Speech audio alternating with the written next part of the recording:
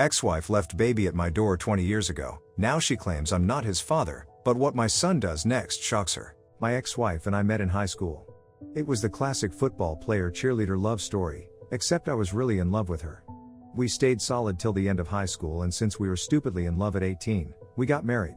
Our whole lives were planned out during our high school days: a beautiful, small house with a great view, a kid whom we'd raise with love, and a few more simple wishes. Almost all of these dreams were ticked off by us one by one until she started behaving differently around me. She grew distant and developed a nasty temper that terrified me. I tried to get her to talk all that while, but it was useless. I was so in love that I was blind to see that she was losing interest in me. Reality knocked out the air from my lungs when she asked for a divorce. I wasn't given an explanation or a reason for the same, so I suggested couple therapy before getting divorced, but she was stubborn. So without a choice, I had to let her go. When she left, she made sure to leave no traces behind. It wasn't until a cold December night that I last saw her. A suitcase in one hand and a bundle in her other, she was standing outside my porch, our porch. I asked her to get in, but she refused and kept the bundle on my doorstep and left without a word. I was frozen in my spot and couldn't move until I heard a cry from the bundle. A baby peeked at me and continued crying. After the initial shock, which lasted a good few minutes, I was convinced that I was the child's father. That is how I became a single parent at 19. I waited a year hoping she would return for her son, Jake.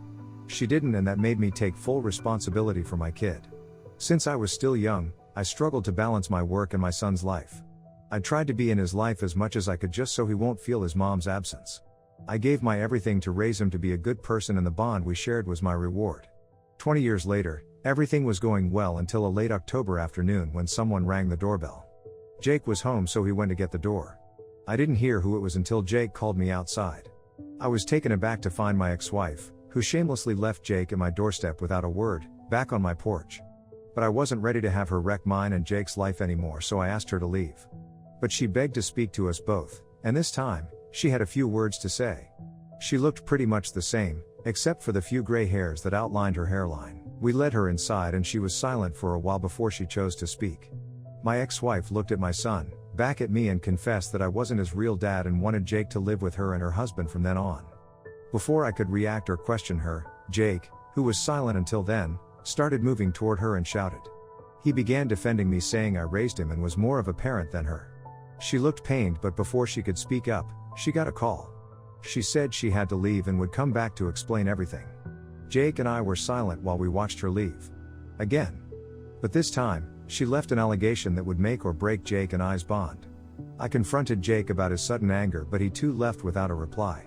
When he came back, Jake and I never fully talked about how he wasn't as surprised as me when she delivered the news.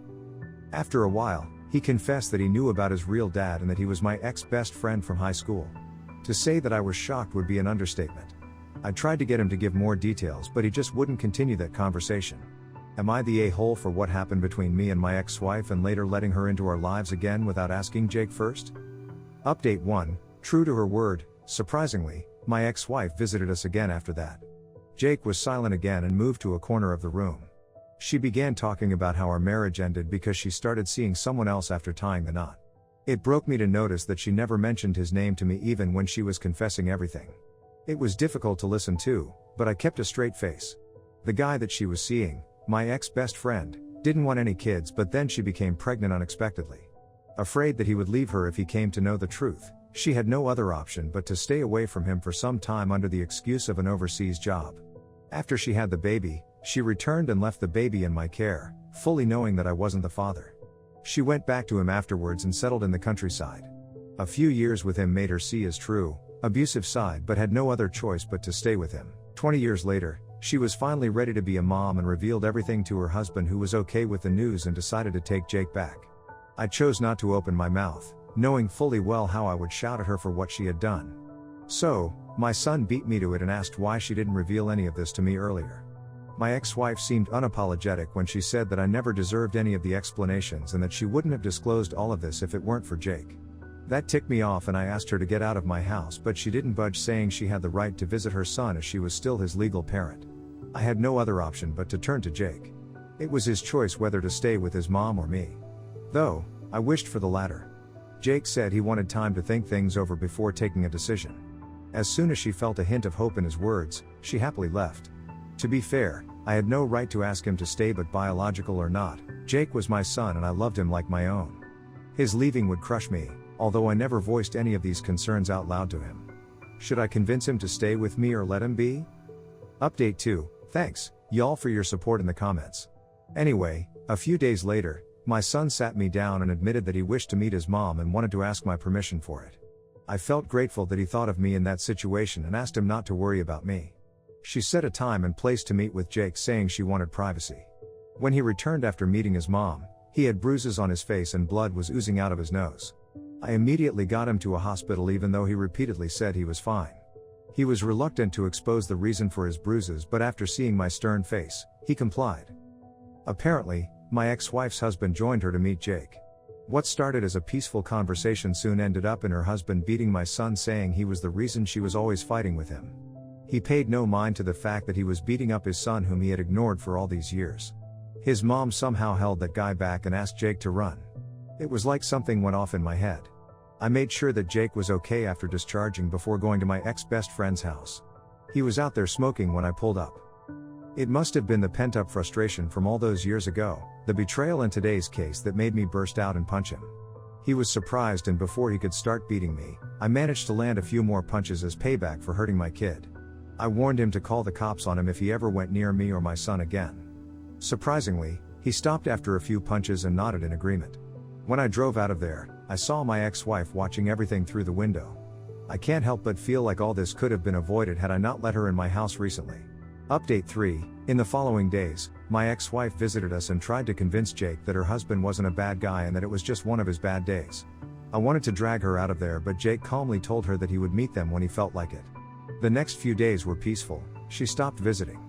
Once Jake recovered, he explained to me how he and his friend went around looking for information about his mom a few years ago and how someone let him know about her relationship with the other guy. He somehow figured out that he was that guy's son but made no move to contact him. One day, he met him in a store, coincidentally. He admitted that the guy was really rude and unpredictable, and somehow this made Jake not want to reach out to him anymore.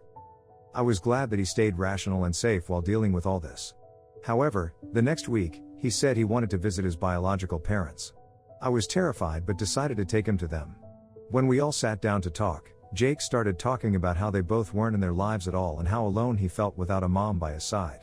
He continued that whether or not we were related by blood, Jake considered me his dad and that it was all he needed. Jake added that if they ever contacted him again, he would file a restraining order against them. There were tears in his mom's eyes, but she chose not to speak. I was crying happy tears when I walked out of there with Jake, happy that my son decided to stay with me.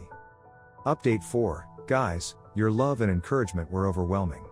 My son and I talked about our feelings regarding all this drama, and honestly, it felt a lot better to let it all out. Last I heard, my ex-wife and her husband separated and have not tried to contact us ever since. I, female 25, have a tight-knit friend group that consists of me and 6 other friends of a similar age. We have all known each other for 7 years and are all extremely close. We occasionally have little bits of bickering between us, but overall we're great friends. One of our friends, Logan, male 28, and I used to date. It was 8 years ago, and we dated for around 10 months. The relationship was nice whilst it lasted, but Logan and I weren't compatible in many ways romantically and mutually decided to end the relationship. Logan now has a new girlfriend, Daisy, female 25. They started dating 5 months ago, and Logan asked if he could start including Daisy in our friend group activities. Everyone said yes, except me. The reason I don't want Daisy to join in is because Daisy's presence makes me uncomfortable. I'm not jealous that she's dating Logan, I'm uncomfortable around her because of her previous actions. Daisy went to the same school as me and tormented me throughout my teen years. She would constantly body shame me for being tall and muscular, would follow me around and tease me, and would get her friends to comment mean things on my social media. I'm more confident in myself and my body now, but at the time Daisy caused me a lot of insecurity and anxiety. I explained this to everyone, including Logan. They think I'm just jealous that Daisy is dating Logan because I'm still single, and are telling me to just take the opportunity to have some closure from the bullying and that they're sure Daisy is more mature. Logan insisted that his GF is so kind and caring and feels bad about her actions. I don't care if she's changed, I don't want to be around her. Last week, we all met up to go to a small event at our town center. Logan promised he wouldn't bring Daisy because she had other plans. Well, lo and behold, Daisy shows up fashionably late. She couldn't go more than 2 minutes without making a rude comment about my body after arriving. I loudly said that I couldn't do this, and walked away from them and walked towards the car park. Everyone was staring at us. I didn't care. Daisy and Logan tried to follow me. Logan pleaded for me to stay and talk. I made even more of a scene by shouting at them about how inconsiderate they are. I just didn't have the patience to keep my composure. I quickly left in my car. My friends are all saying I'm an a-hole for making a scene and embarrassing everyone. Am I the a-hole? Me, female 29, and my husband, male 30, recently got married in Paris. It was a huge wedding with over 60 people attending. I've never been on good terms with my mill, and if it were my choice I wouldn't have had her at the wedding, but I put our differences aside for my husband and invited her. Everything was fine after I'd sent the invitations out until I had a text from my mill asking if any children would be attending the wedding. I of course said yes, as I have a son, 6, from a previous relationship who loved my husband as if he were his dad. This was a huge problem for my mill and demanded that I hire a babysitter for my son, as he isn't even my husband's real son. My blood was boiling at this point, but I kept my cool for my husband and explained calmly that it is my wedding and I would like my son to be there. After some back and forth words, she finally agreed. After that one little argument, everything was great and we had a few days to go to the wedding. It was stressful getting everyone to the airport and into hotels, but it all went smoothly enough. We all got to the hotels and Mill insisted that she would share a room with me, my husband and my son. Both me and my husband told her that we wanted some alone time with our son before the wedding when we won't be able to pay him much attention, so Mill should just share a room with my sister-in-law. She walked away angrily. After that I thought Mill would lay back on the arguing to not cause me any stress or problems for the wedding, but just a day before my wedding she started kicking off again. Saying how she should have been my maid of honor. I don't get where this came from, as she knew she wasn't the maid of honor from the start. I didn't want to argue, so I just walked away. And then finally the day of the wedding came. The ceremony went perfectly and it was truly the best day of my life. Until the after party, where everyone just had drinks and had fun without a care in the world. It was time for me and my husband's dance to my choice of song. We were halfway through dancing when I hear a loud booing from a person in the crowd, and of course it was Mill. She stood up and started shouting, "You have taken my boy away from me. He will never love you as much as he loved me. A boy's mom should be the woman he should ever love." I turned to look at her. She finished with, "You will never be good enough for my son." That's where I lost it and got up in her face shouting, "You have done nothing but ruin everything for me. You ruined the days leading up to the wedding and the day of my wedding, and I will never accept you as my Mill." She started to cry and ran out of church. The rest of the night was very awkward and everyone went home early. All of my family are calling me an a-hole. My sil and husband agree with me. So tell me, did I go too far?